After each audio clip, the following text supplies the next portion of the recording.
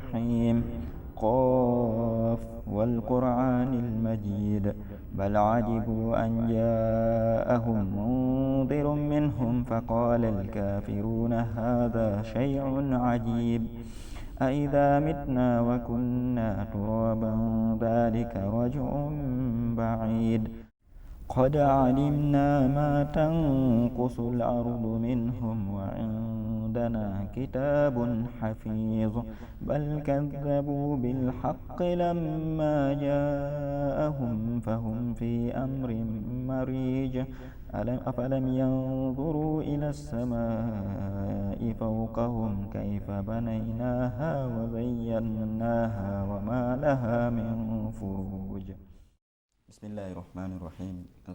In the name of Allah, the Merciful, the Compassionate. Thank God and prayers upon the Prophet, whom there is no messenger after, and his pure kin.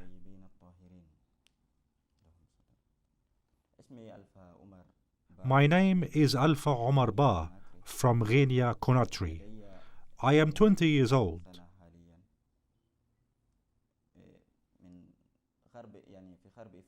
I am from West Africa.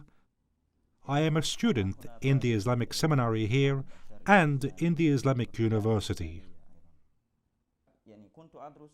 I used to study religion when I was in Africa, and my father was the teacher. At that time, there were lots of discussions between my academic school and my father, because they said I should choose either to pursue academic studies or Islamic studies in the seminary.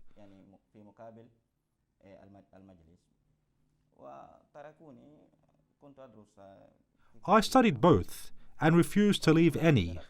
When I was in high school, sectarian conflicts were taking place between the Salafis and the Shia. I heard about Shia.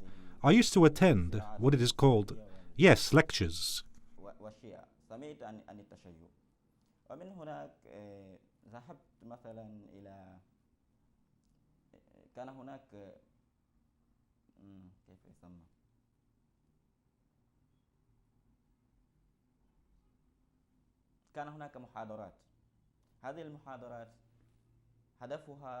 These lectures aimed to warn people from Shia.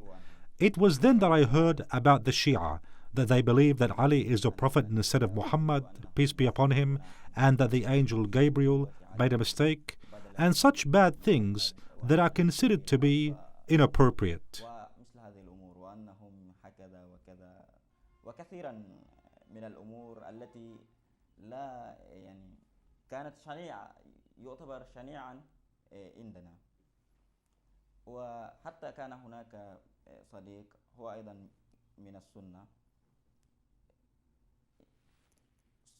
I had a friend. He asked about Shia. He got arrested and beaten for that. That lecture was at night. When that happened, everybody started talking about the Shia. The Shia this, the Shia that. Once I was riding a cab. A Shia man was riding too. He spoke a lot with the driver about religion until I got out. Then I started thinking about what I heard. All what the driver said about the Shias was denied by the Shia man. How is that?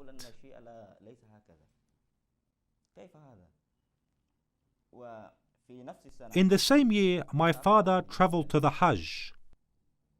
While he was there, he met a Shia sheikh who studied in Iran. When my father came from the Hajj, he heard the bad things people were saying about the Shia, and he knew the man that accompanied him in the Hajj was a Shia. He said, "How is it possible that such a person from whom I have seen great morals and good behavior and devotion in his prayers and in his dua, how is it possible that he's an infidel like they are saying?" He started to have doubts about what is being spread regarding the Shia. In high school, I heard that the Shia have an Islamic seminary and an elementary and high school.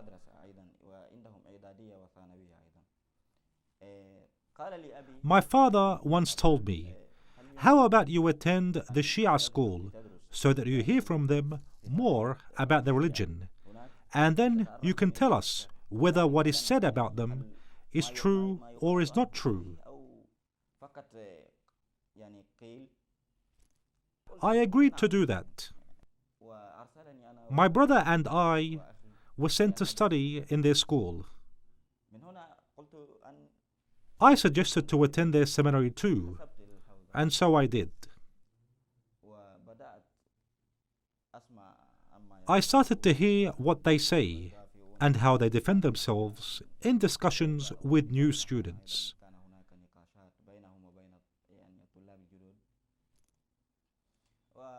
At the time, I started to have an idea about what is right and wrong to them. When I used to return home, my father would ask me about different things because he was a teacher in a mosque in Africa. I told him what I used to see there. I had a friend in the same class. We started searching for the truth together. There was a huge library in the school. We decided to begin our search from there. We didn't trust anything those people said. We just heard what they have to say, but we had no evidence about what they said. Because what was explained to us in the lectures showed there was nothing good about the Shia.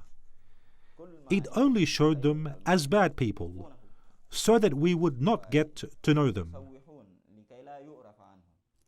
See, from where I come from, the Shias are very few in number, so they cannot reveal what they really are to defend their aqidah and their morals.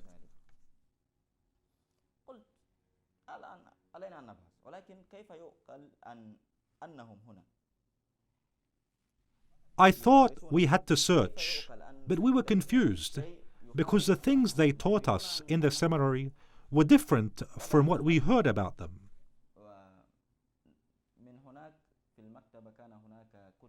In the library, there were many books. We didn't read the Shia books because we didn't trust what might be written in them. We just didn't trust the Shia. I started searching.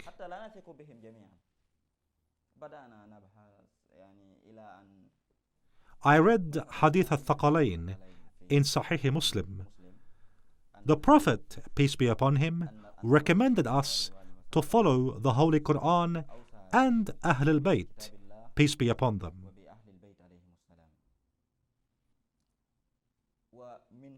That was the first time I saw that the Prophet, peace be upon him, ever said, "I shall leave you the holy book of God and my household." We used to read, when we were young, that the Prophet said in Hajjat al-Wada', "I shall leave to you the holy book of God and my sunnah."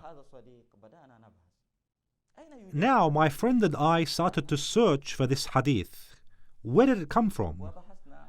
We found this hadith in a book, but it wasn't accurate because it was stated as, "I have been told that the Prophet said."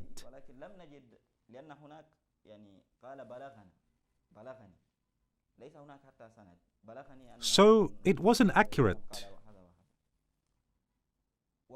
In elementary school, we studied that the Sihah books are the most trusted books, and everything in it is true. We couldn't find that hadith in these books. We found the holy book of God and my household. We did not find the holy book of God and my sunnah.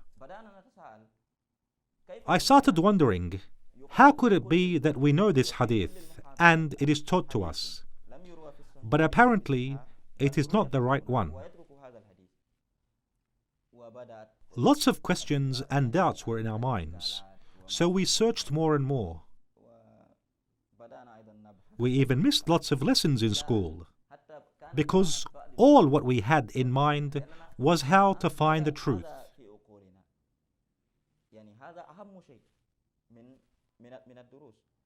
Whether the Shia doctrine is the right one or not, so that we would follow the right path.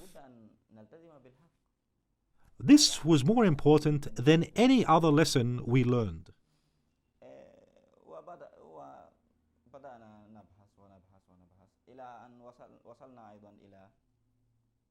We continued our research until we saw a saying for Prophet Muhammad, peace be upon him. He said, there will be 12 Imams after me, or 12 Caliphs after me, according to different sources.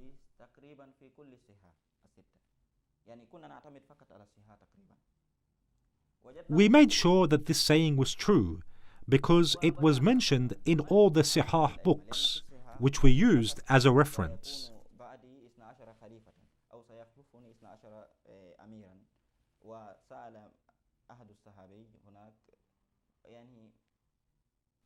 We started wondering, who are those Imams? We only found this saying, but we had no idea who they are. We started wondering, who are those Imams? Who are they? There was nothing clear in front of us to indicate who those 12 Imams that the Prophet talked about were. So, either the hadith is not true, or we find out who the 12 Imams are. We asked a Shia scholar, who are those Imams? He said, now you've come to the right place. Here are the 12 Imams. You can never find 12 Imams except here, in the school of Ahl al-Bayt, nowhere but here. When I read the book The Start and the End for Ibn Kathir, I found a chapter about 12 Imams. I was relieved, because I wanted to make sure whether or not the path I was originally on was right or wrong, because I belonged to that path. I read all about it. He had a lot of theories about the 12 Imams, and desperately tried to find out who they were. He tried counting the Rashidi Caliphs and that of Bani Umayyah. He added them together, and the sum was more than 12. So he said that this option is not the right one. He tried adding Bani Umayyah's caliphs only. He had the same result. Their sum is more than 12.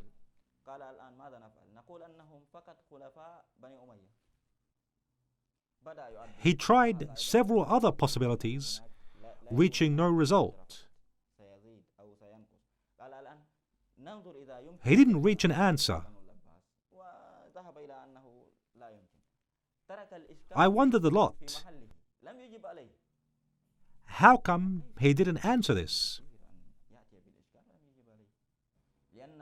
Every day, everywhere, whenever two people meet, they talk about the Shia. See, the Wahhabis came from Saudi Arabia and Syria. All they talked about is the Shia.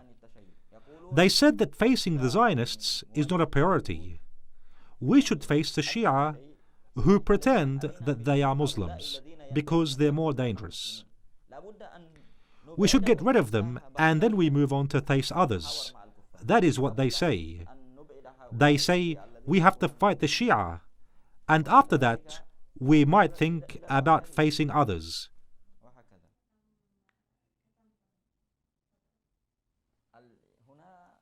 I didn't announce my conversion directly, but all those who knew me, they knew that I was a Shia. But I didn't say it to anyone. When people knew that I was studying in the Shia seminary, they found out. I used to know that a person would realize I was a Shia when he brought me a book talking about a Shia in a bad way and asked me to read it. He wanted me to read it so that I abandon this doctrine. There was a book named To God Then to History. This book was very effective because it talks about the Shia doctrine in a bad, distorted way, not as it truly is.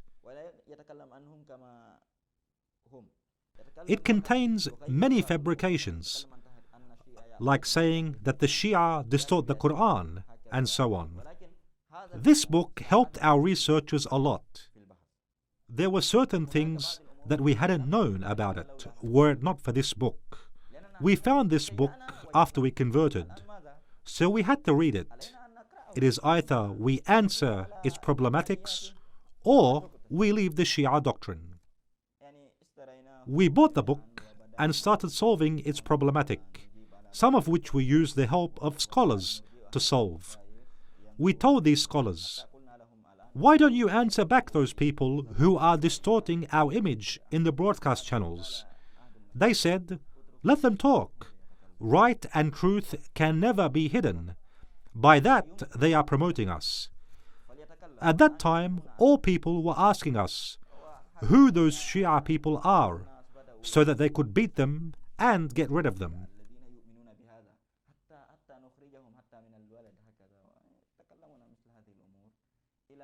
See, because of these broadcasting channels, people had this urge to meet a Shia and ask him, how possibly do you believe what we've been told you believe? How is it that you behave the way that we've been told you behave?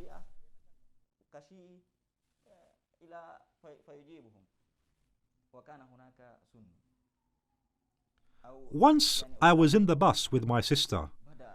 A man started asking me why I left my religion.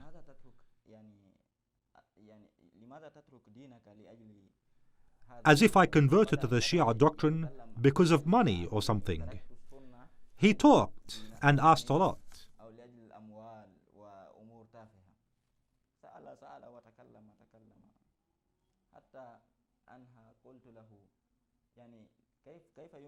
When he finished, I said to him, how is it possible you think that I converted to the Shia doctrine because of money, like you assumed? He said, it is known that the Shia pay so much money. That's why a lot of people convert. My sister told him, there's no way my brother could convert for such a reason.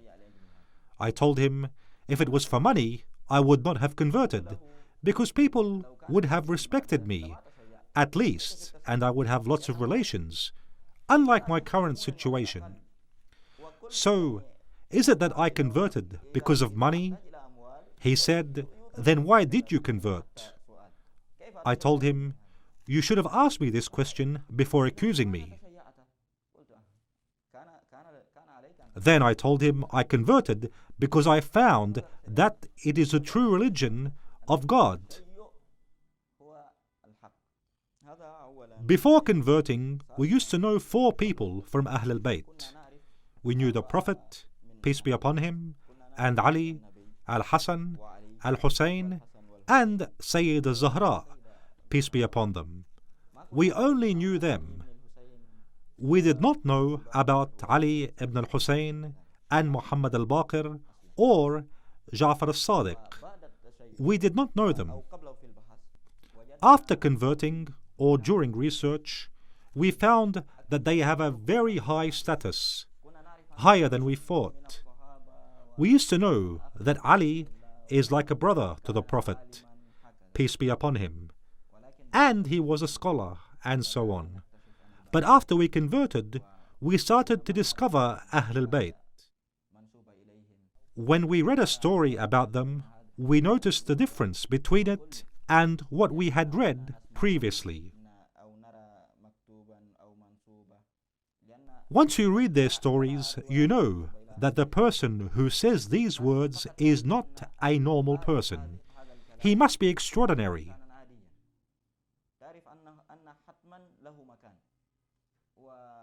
We read Nahj al-Balagha and learned from it, and from other books about the biography of Ahl al-Bayt.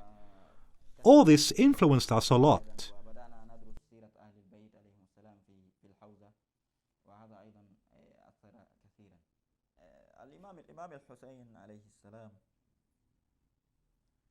Imam al-Hussein, peace be upon him, sacrificed himself for Islam. If it weren't for Imam al-Hussein's revolution in Karbala, we might not have found Islam today. Imam al-Hussein's sacrifice at that time and his victory are great lessons. As it appears, Yazid won the battle because he killed Imam al-Hussein. But that's not true. Islam achieved victory because once we know that the Prophet's grandson, peace be upon him, was killed in this way after less than a century of his death, then we know the truth. This can only mean one thing.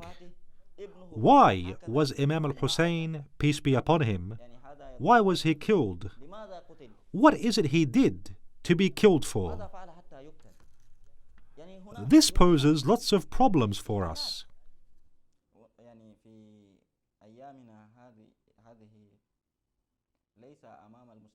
In these days, Muslims have no choice other than uniting and leaving conflicts between them and gathering for dialogue to settle things out, instead of killing each other in the name of this religion that was sent as mercy for people.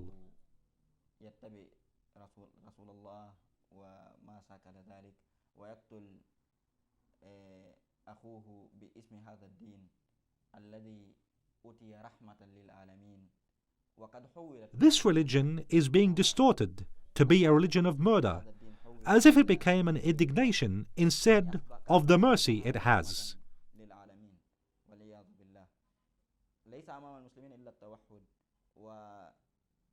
The only option Muslims have is to unite and think about the differences between them and discuss it, because the only one winning here is the enemy.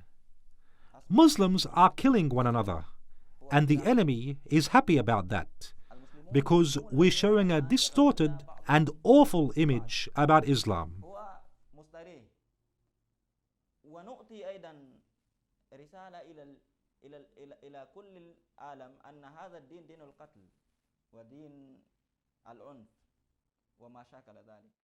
ونزلنا من السماء ماء مباركا فأنبتنا به جنات وحب الحصيد والنخل باسقات لها طلع نضيد رزقا للعباد وأحيينا به بلدة ميتا كذلك الخروج كذبت قبلهم قوم نوح وأصحاب الرس وثمود وعاد وفرعون وإخوان لوط وأصحاب الأيكة وقوم تبع كل كذب الرسل فحق وعيد أفأينا بالخلق الأول بل هم في لبس من خلق جديد ولقد خلقنا الإنسان ونعلم ما توسوس به نفسه ونحن أقرب إليه من حبل الوريد